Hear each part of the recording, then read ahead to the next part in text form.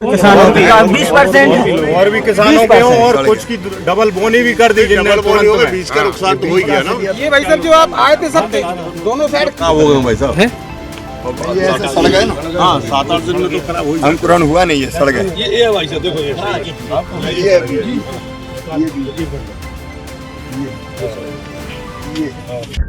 नकली खाद और नकली पेस्टिसाइड बड़ी समस्या है। कई लोग नकली खाद बना देते हैं या अमानक स्तर का खाद बनाते हैं, पेस्टिसाइड बनाते हैं। हम एक कड़ा कानून बना रहे हैं अब प्रधानमंत्री श्रीमान नरेंद्र मोदी जी के नेतृत्व में कि नकली खाद, घटिया खाद और घटिया पेस्टिसाइड और घटिया बीज जो बेचेगा उसको कठोरतम दंड दिया जाएगा। अभी पुराना कानून में 1500 का जुर्माना होता है, तो इनको कोई फर्क ही नहीं पड़ता और किसान बर्बाद हो जाता है। हम कड़ा कानून बनाकर इनको कठोरतम दंड का प्रावधान करेंगे।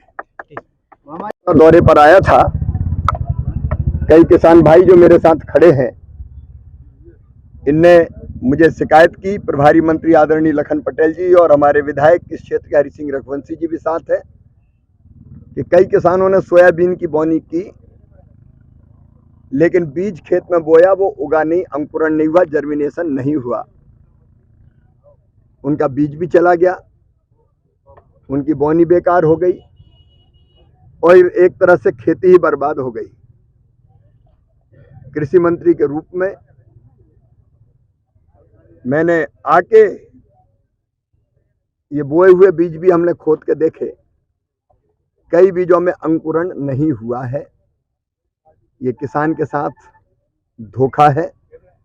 हम दोनों चीज, एक इसकी मैं जांच करवाऊंगा कि बीज कहां से आया, कैसे आया, और जिसने घटिया बीज दिया हो, कोई कंपनी हो, कोई और हो, या सीड बीज की जो सोसाइटी होती है, तो फिर जांच करके अगर स्रोत बीज का पता चलता है और कोई दोषी पाया जाता है तो कर्तव्य है कि फिर ऐसे लोगों के खिलाफ कार्रवाई होनी चाहिए।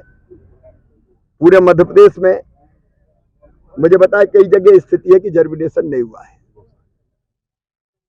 कई जिलों में ये स्थिति बनी है।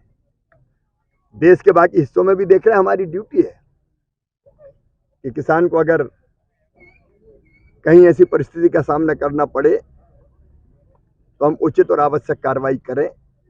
हम इसकी जांच भी कराएंगे और किसान का जो बीज खराब हुआ है, हम सरकार से, यहाँ स्टेट गवर्नमेंट से, मैंने कलेक्टर से भी कहा है, वो देख के इसके लिए किसानों को राहत और मुआवजा दे। किसानों को न्याय दिलाना ये हमारी ड्यूटी है।